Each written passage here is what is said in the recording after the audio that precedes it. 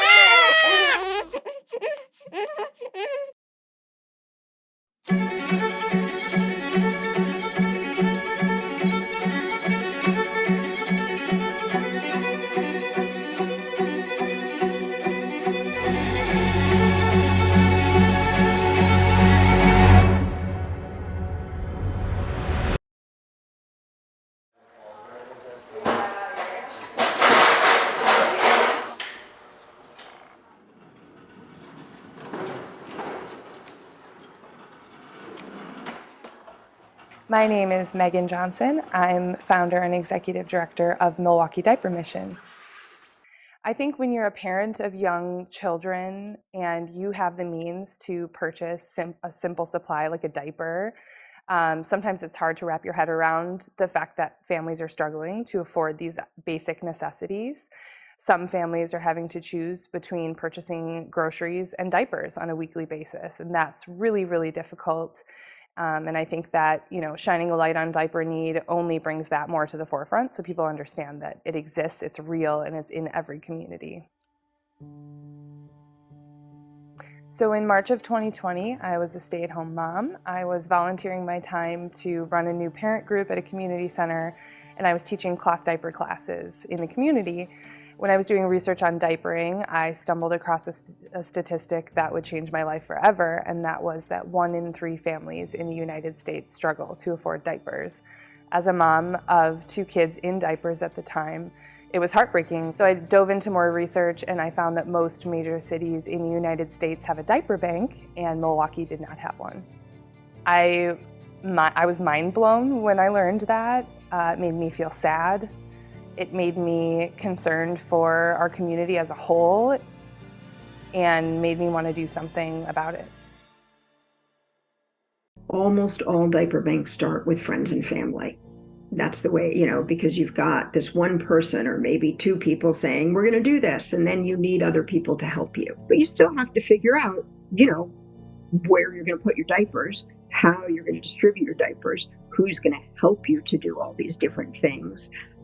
So there are a lot of logistical and sort of, very concrete things that people have to figure out to start a diaper bank. I don't have a background in nonprofit management or development. This is not something that I ever imagined I'd be doing with my life. So starting day one, doing research about what is a nonprofit, what exactly do you need to do to start one? How do you run one? How do you fund one? Am I qualified to do this? And that's been a question I've asked myself every single day. And that was a really difficult time because I knew what I wanted to accomplish and I knew what Milwaukee needed and I knew what kind of support families were looking for and deserved. But in the beginning, it was very daunting.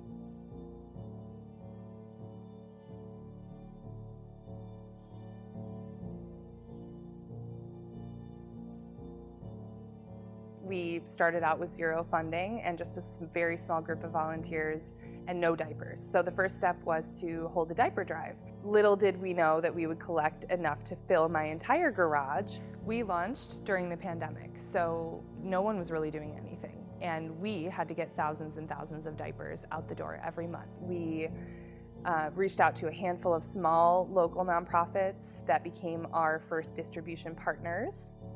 But then we realized we needed volunteers to be able to process that inventory and get it out the door. I was very fortunate to have the support of my partner and close family and friends that really rallied around this idea and helped me get it off the ground. For the first 18 months of our existence, I was volunteering full-time.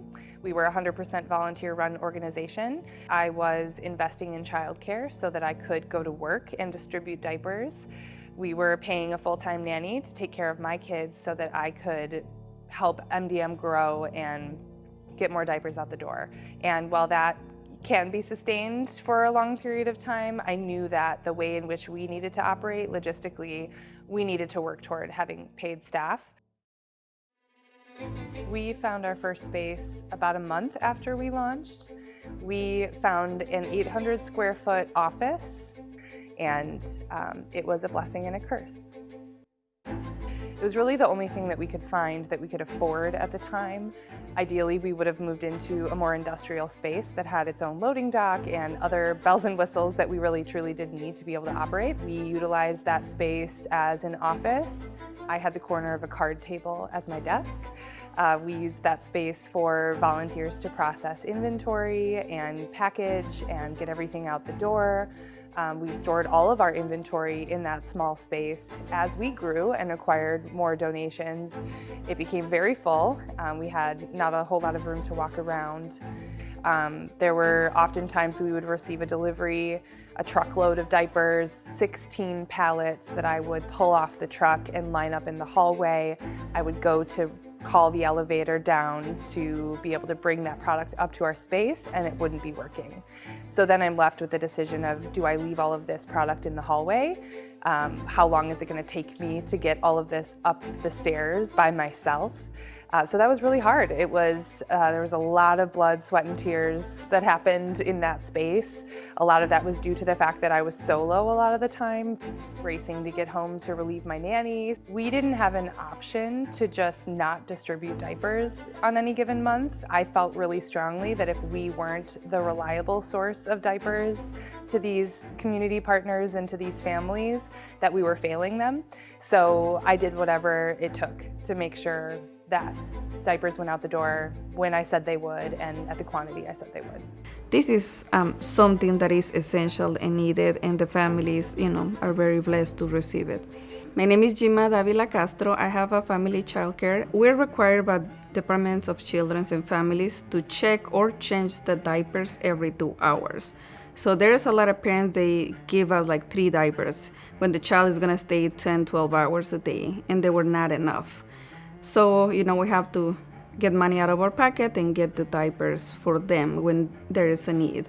So this is some burden that nobody else was taking care of. So when Milwaukee Diaper Mission came into the picture, we obviously say yes. We chose to operate under a distribution model that is very similar to a food bank. So food banks collect donations of food, they purchase food in bulk, and then they distribute that food out to pantries that are located all throughout the city. We do the same thing, but with diapers. Not only are we alleviating a burden on families who need support with diapering supplies, but we're also alleviating a burden on those small nonprofits who traditionally don't have the funding or the resources to be able to source diapers. So we're able to support those small nonprofits in addition to the families that they serve. So the small nonprofit organizations that we partner with in Milwaukee are birth workers like doulas and midwives and prenatal care coordinators, food pantries, home visiting agencies, daycares, foster support. We really try to choose organizations that A, are smaller and need the support of Milwaukee Diaper Mission, but then B, also are reaching an area of the city or certain families that we haven't been able to reach yet. So Milwaukee Diaper Mission is not like a partner that'll say, oh, we'll pay for the flyers and that's it, right? They are showing up. They're at all the events, right? We are showing up together as a unit. The packaging is saying Milwaukee Diaper Mission on there. So they are a visible and vital community partner, right? So we got this event coming up this week. They'll be at that event. Folks know that Milwaukee Diaper Mission is here. They know that they're providing these things, and they know that they're showing up.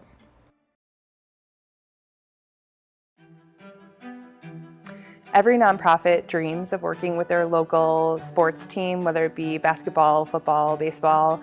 Our dream as an organization was to partner with the Milwaukee Bucks, and I never really thought it would come true, but then it did. I was very fortunate to be able to connect with Mariah Riddlespringer, who is Giannis Antetokounmpo's partner and the mother of his children, and that changed everything for us.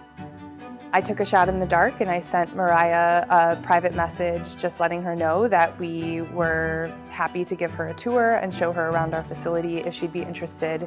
As parents of very small children in diapers, and because they care so deeply about this city, I was hopeful that they would connect with the work that we were doing, and we were very lucky that they did.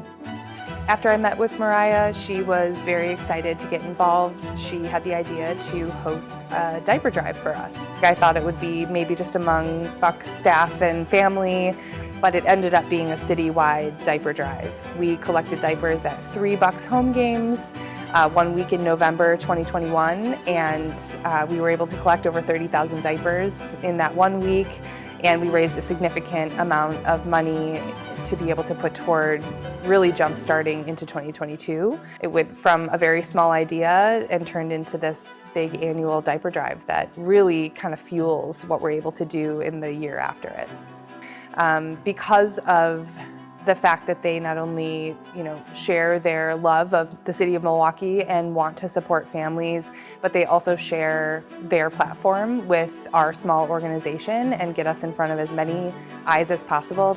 We've seen donations from all over the globe, which has been wonderful. People that really believe in Giannis and Mariah and what they believe in. So that's been really amazing. But locally here, so many people gave diapers and supported us in ways that we never could have imagined, and we're just so grateful for that. We're so grateful to Mariah and Giannis for giving us their time and their platform and everything that came along with it.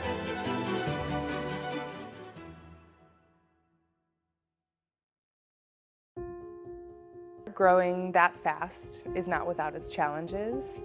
We've struggled in a lot of different ways to keep up with the growth. I think being 100% volunteer run for the first 18 months of our existence was one. Then, the fact that we needed to grow in order to serve more families, and as we were able to grow and hire staff, including myself and then an additional staff member in 2022, that really helped us be able to kind of take the load off some of our volunteers and move more into a space where we were becoming more sustainable and had a stronger infrastructure. As a very small staff, there's a lot of crossover between our positions. Traditionally, the executive director oversees the organization and make sure it's running smoothly, make sure we're fundraising and staying in alignment with our mission. But I'm also working on a lot of the day-to-day operations tasks like distribution, managing volunteers, giving tours of our facility, going to community events. But I think that's what makes us unique as an organization. And as we continue to grow and have more staff come on, I'll be able to focus more on long-term and big picture stuff. And I hope that I'll still be able to kind of, keep my hands on some of the hands-on stuff too, because I really do enjoy, the day-to-day stuff. Megan, I think, has done an amazing job. There's a really passionate founder who is able to, bring along a lot of supporters. That is certainly what we see in successful diaper bank leaders, is people who are able to bring community around them and to get other people excited about the work. And also finding a way to integrate sort of the work that the diaper bank is doing into the larger sort of anti-poverty system in the community. And I think that's something else that Megan has done really beautifully. running a diaper bank is a lot more complicated than a lot of people think. A lot of people think, oh, well, you get diapers and you give them out. There's actually a lot of complex sort of strategy that needs to go into it. And so I think that to the degree that Megan is able to continue to get that support in her community, the more she's going to have the opportunity to serve more families. And that's really, what it's about for all of us. I believe that the Milwaukee Diaper Mission will continue to be a really strong and important organization in Milwaukee and continue to, support the families around them so that they have, the material basic needs that they need. I think Milwaukee Diaper Mission is in a period of growth and a period of, feeling out what's needed in our community that we're not already providing. I think we're trying really hard to work on making sure that we have a strong infrastructure so that we're not just supporting families today, but we're supporting families for the long haul, as long as it takes. We're looking at what it would look like to find a larger facility so that we can offer even more volunteer opportunities and house even more product and get even more product out the door every month. We feel really comfortable here now, but I'm anticipating we'll outgrow this space before our lease is up. We dream of a larger facility that has even more office space for more staff, has more space for volunteers to be able to come in and work with us. And I know that we need to up our distro numbers even more because there are a lot of families struggling in Milwaukee. The need is so great.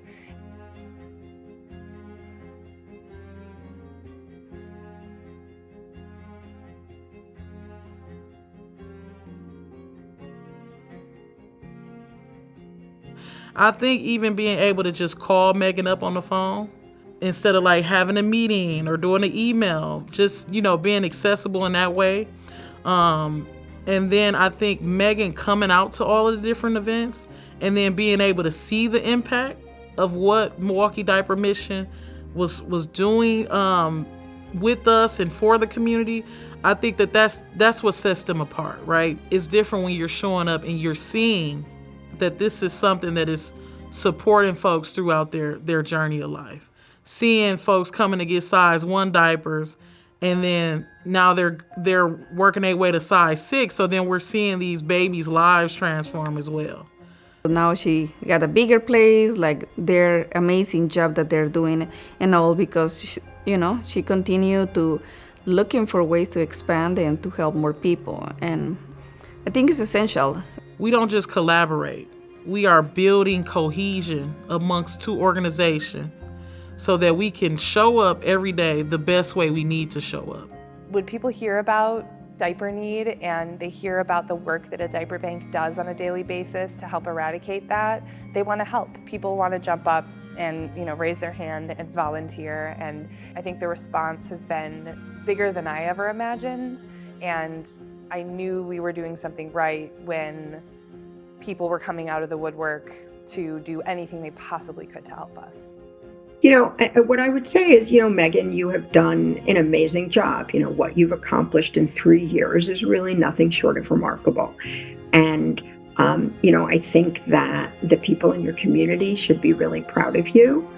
And, there's lots more work to do, but you've shown that you can do it. And, sort of just staying focused and continuing to pound on the mission and really, continue to bring other people along with you on this journey. And, it's certainly been an impressive journey so far.